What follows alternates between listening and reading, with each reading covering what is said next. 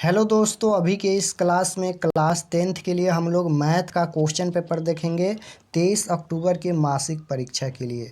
तो आप लोग इस क्लास में अंत तक बने रहिएगा। ये क्लास 10th का मैथ का क्वेश्चन पेपर है, देख सकते हो। क्लास 10th मासिक परीक्षा अक्टूबर 2024 मैथ यानी गणित का क्वेश्चन पेपर है क्लास 10th के लिए। क्लास 10th मासिक परीक्षा अक्टूबर 2024, विषय कोड मैथ का 110 रहेगा और आप लोग का एग्जाम 50 नंबर का होगा। समय 1 घंटा 30 मिनट का मिलेगा। तो चलिए हम बिना देर के क्लास को स्टार्ट करते हैं। सबसे पहले यहाँ पर खंड अ मिलेगा, सेक्शन ए, जिसमें ऑब्जेक्टिव टाइप क्वेश्चन 1 से लेकर 30 तक पूछा जाएगा, जिनमें से 25 प्रश्नों का उत्तर देना है एग्जाम में। तो आइए फर्स्ट क्वेश्चन पर आते हैं और फर्स्ट क्वेश्चन यहाँ पर पूछा गया है, बिंदु -4, -8 किस चतुर्थांश में है। बताना है, यह बिंदु दिया गया है यहाँ पर -4, -8 किस चतुर्थांश में है। तो देखिए, ग्राफ आप लोग जानते होंगे, प्रथम पाद में क्या होता है, प्लस कोमा प्लस होता है। द्वितीय पाद में क्या होता है, तो माइनस कोमा प्लस होता है। तृतीय पाद में क्या होता है, तो माइनस कोमा माइनस होता है। चतुर्थ में क्या होता है, प्लस कोमा माइनस होता है।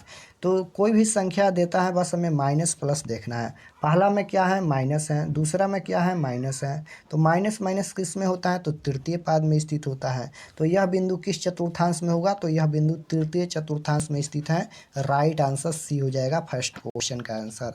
और ऐसा क्वेश्चन फाइनल बोर्ड परीक्षा में 1 से 2 से 3 क्वेश्चन आता है, ऐसा क्वेश्चन, इसलिए आप लोग याद रखिएगा। बस चिन्ह याद रखिएगा। प्रथम पाद में क्या होता है, प्लस कोमा प्लस। द्वितीय में क्या होता है, तो माइनस प्लस होता है। तृतीय में माइनस माइनस। चतुर्थ में प्लस माइनस। बस इतना ही याद रखिएगा। क्वेश्चन नंबर 2 पूछा गया है कि दो अक्षों के प्रतिच्छेदी बिंदु को कहते हैं। तो 2 नंबर क्वेश्चन का राइट आंसर बी आ जाएगा, मूल बिंदु कहते हैं। क्वेश्चन नंबर 3 है, बिंदु -1, 3 तथा -5, 7 के बीच का दूरी है। बीच का दूरी पूछा गया है। तो राइट आंसर 3 नंबर का ए आ जाएगा, 4√2 इकाई। राइट आंसर 3 का यहाँ पर ए होगा। दूरी सूत्र क्या होता है, √x2 - x1 के स्क्वायर प्लस y2 - y1 के स्क्वायर। तो इस फार्मूला से निकालेंगे तो इसका राइट आंसर ए आ जाएगा, यानी 4√2। क्वेश्चन नंबर 4 देखिए, पूछा गया है कि जिस त्रिभुज के तीनों शीर्ष के नियामक दिया गया है इतना उसकी परिमिति है। तो 4 नंबर क्वेश्चन का राइट आंसर सी आ जाएगा, 12 इकाई। ये सभी क्वेश्चन पहले से भी हम पढ़ाए हैं, तो अपने आप से सॉल्यूशन करने का प्रयास कीजिएगा। फिर से हम बताएंगे जैसे ही एग्ज़ाम समाप्त होगा, तो फाइनल बोर्ड परीक्षा के लिए हम क्लास स्टार्ट करेंगे। क्वेश्चन नंबर 5 देखिए, 5 नंबर क्वेश्चन है, नियामक 2, K-3 तथा 4, -7 को जोड़ने वाली रेखा का झुकाव 3 है। तो K का मान पूछा गया है। तो राइट आंसर ये आ जाएगा, -10। 7 है, कार्तीय तल में स्थित किसी बिंदु 3, -4 का कोटि का मान। पहला भुज होता है, दूसरा कोटि होता है। कोटि का मान -4 है। तो राइट आंसर ये हो जाएगा 6 नंबर का। क्वेश्चन नंबर 7 पूछा गया है, त्रिभुज ABC जिसके शीर्ष दिया गया है इतना, तो केंद्र का निर्देशांक क्या होगा। तो 7 नंबर का डी राइट आंसर हो जाएगा, 4,0। क्वेश्चन नंबर 8 देखिए, पूछा गया है, यदि बिंदु इतना दिया गया है, संरेख है, तो निम्नलिखित में कौन सही है। तो फार्मूला ही होता है त्रिभुज का क्षेत्रफल। यहाँ पर 8 नंबर का क्या हो जाएगा, राइट आंसर बी हो जाएगा, x1 y2 plus y3 plus x2 y3 plus y1 plus x3 y1 plus y2। और संरेख है, यहाँ पर देख सकते हो संरेख है, तो बराबर 0 होगा, यानी राइट आंसर बी हो जाएगा 8 नंबर का। क्वेश्चन नंबर 9 है कि निम्नलिखित में कौन परिमेय संख्या नहीं है। परिमेय संख्या नहीं पूछा गया है, कौन यहाँ पर अपरिमेय संख्या नहीं है, अपरिमेय संख्या नहीं पूछा गया है। तो राइट आंसर 9 नंबर का क्या हो जाएगा, यहाँ पर ऑप्शन नंबर डी हो जाएगा, यह अपरिमेय संख्या नहीं है। क्वेश्चन नंबर 10 है, निम्नलिखित में कौन सी सबसे छोटी प्राकृत संख्या है। तो प्राकृत संख्या 1 से स्टार्ट होता है, इसलिए 1 ही सबसे छोटी प्राकृत संख्या है। क्वेश्चन नंबर 11 देखिए, 11 नंबर क्वेश्चन है, यदि अल्फा और बीटा बहुपद 2x² प्लस 5x माइनस 10 के शून्यक होंगे तो अल्फा इंटू बीटा का मान, यानी c/a का मान पूछा गया है। फार्मूला यही होता है, अल्फा इंटू बीटा बराबर c/a। तो c के जगह पर 10 -10 है, a के जगह पर 2 है, 5 दूना 10 -5 राइट आंसर आ जाएगा, जो कि ऑप्शन नंबर बी में दिया गया है। 11 नंबर क्वेश्चन का राइट आंसर बी होगा। क्वेश्चन नंबर 12 देखिए, 12 नंबर क्वेश्चन ये पूछा गया है, यदि अल्फा बीटा द्विघात बहुपद f(x) बराबर इतना है तो मूल हो तो 1/α प्लस 1/बीटा का मान पूछा गया है। तो राइट आंसर 12 नंबर का क्या हो जाएगा, option number B right answer हो जाएगा 5/7। क्वेश्चन नंबर 13 है, द्विघात बहुपद के शून्यक पूछा गया है। तो राइट आंसर 13 नंबर का ए आ जाएगा -1, -2। 14 है कि द्विघात बहुपद इतना दिया गया है, शून्यकों का योग पूछा गया है। सबसे पहले इसे हम तोड़ लेंगे, उसके बाद शून्यकों का योग यानी अल्फा प्लस बीटा होता है, अल्फा प्लस बीटा बराबर -b/a होता है।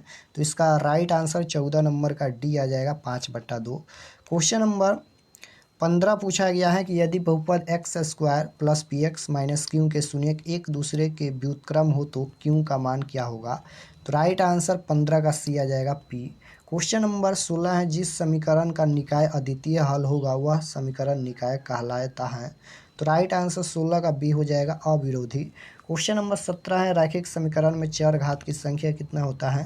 रैखिक समीकरण पूछा गया है। तो रैखिक समीकरण में चर घात की संख्या कितना होता है, 1 होता है। द्विघात बहुपद में 2, त्रिघात बहुपद में 3। क्वेश्चन नंबर 18 पूछा गया है, के किस मान के लिए समीकरण निकाय x + 2y = 1 तथा 5x + ky = -7 का कोई हल नहीं है। तो 18 नंबर का डी राइट आंसर हो जाएगा 10। 19 है, x अक्ष का समीकरण है तो y = 0 होगा, राइट आंसर बी होगा 19 नंबर का। 20 है, y = 10 का आलेख कैसी सरल रेखा होगी। तो y = 10 दिया गया है तो यह x अक्ष के समानांतर होगा, राइट आंसर ये हो जाएगा 20 नंबर का। क्वेश्चन नंबर 21 पूछा गया है, द्विघात समीकरण मूल समान होंगे यदि। तो राइट आंसर 21 का डी हो जाएगा यहाँ पर। 22 नंबर क्वेश्चन है कि द्विघात समीकरण x² - 5x + 8 = 0 का मूलों की प्रकृति होगी। मूलों की प्रकृति पूछा गया है तो फार्मूला होता है यहाँ पर मूलों की प्रकृति ज्ञात करने के लिए b² - 4ac। इस फार्मूला से निकालेंगे तो 22 नंबर क्वेश्चन का राइट आंसर सी आएगा, वास्तविक नहीं है। क्वेश्चन नंबर 23 पूछा गया है, समीकरण दिया गया है जिसके मूलों के योगफल एन मूलों के गुणनफल का अनुपात होगा। तो राइट आंसर 23 नंबर का ऑप्शन नंबर डी आ जाएगा 2:3। उसके बाद 24 है, यदि द्विघात समीकरण ax² + bx + c = 0 के मूल बराबर हो तो c का मान क्या होगा। तो राइट आंसर 24 नंबर का डी होगा, b²/4a। क्वेश्चन नंबर 25 है, निम्नलिखित में किस समीकरण का एक मूल 2 है। तो राइट आंसर 25 नंबर का डी हो जाएगा। 26 है, यदि समानांतर श्रेणी का पहला पद ए, पदांतर डी तथा अंतिम पद एल हो तो अंत से एनवां पद क्या होगा। तो राइट आंसर 26 का सी हो जाएगा। क्वेश्चन नंबर 27 पूछा गया है, यहाँ पर 27 है कि यदि समानांतर श्रेणी का प्रथम पद ए और सार्वंतर डी हो तो उनके प्रथम n पदों का योगफल, ये डायरेक्ट फार्मूला ही होता है, बहुत ही आप लोग याद रखिएगा। 27 नंबर का क्या हो जाएगा, योगफल का फार्मूला होता है यहाँ पर n/2a + n - 1 × d। Right answer 27 का सी होगा। 28 देखिए, 0 और 50 के बीच विषम संख्याओं की संख्या। राइट आंसर 28 का बी हो जाएगा यहाँ पर 25। 29 है, समानांतर श्रेणी 2, 7, 12 का 10वां पद होगा। तो ए प्लस में यहाँ पर 9d लिखेंगे। ए के जगह पर कितना है, 2 है, +9 गुना डी के जगह पर 7 में से यहाँ पर 2 घटा लेंगे, 5 हो जाएगा। 2 + 9 = 45 और 2 47, राइट आंसर हो जाएगा। देखिए कहाँ पर दिया गया है, 47 ऑप्शन नंबर सी में दिया गया है। ऑप्शन नंबर सी बिल्कुल राइट आंसर हो जाएगा 47। क्वेश्चन नंबर 30 है, यहाँ पर दिया गया है समानांतर श्रेणी का nवां पद पूछा गया है। तो राइट आंसर 30 नंबर का बी आ जाएगा -3। तो यहाँ पर हम लोग क्लास 10th के मैथ के 30 क्वेश्चन देखे हैं, जिनमें से 25 का ही आंसर देना है। और इसका सब्जेक्टिव क्वेश्चन अभी हम तैयार करके यानी सॉल्यूशन करके अपलोड कर देंगे। तो आप लोग से रिक्वेस्ट है कि अगर आप लोग चैनल पर नए होंगे तो चैनल को सब्सक्राइब कर लीजिएगा। मिलते हैं नेक्स्ट क्लास में, तब तक अपना स्टडी कीजिए। आप सभी को धन्यवाद।